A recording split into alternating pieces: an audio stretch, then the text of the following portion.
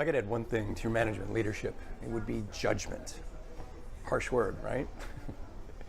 When you think about it, it really isn't.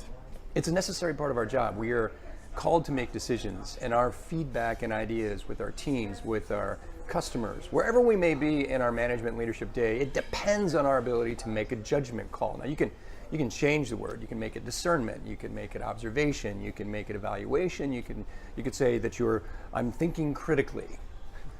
There's another word, right? Criticism. No one likes it. It has this negative connotation, and yet it is a necessary part. It's a healthy part of being a manager and leader.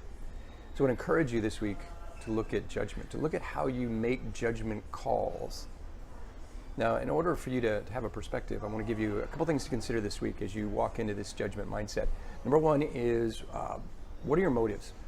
When you're giving feedback and ideas, where's the place that this is all coming from? Is it rooting from a healthy place or an unhealthy place? Is this an incredibly negative thing or a positive thing? What are your motives when you're making these calls?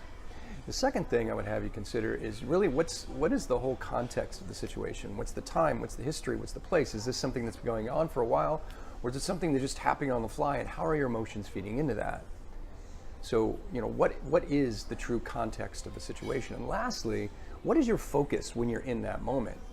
Now imagine you've got a flatlining sales rep.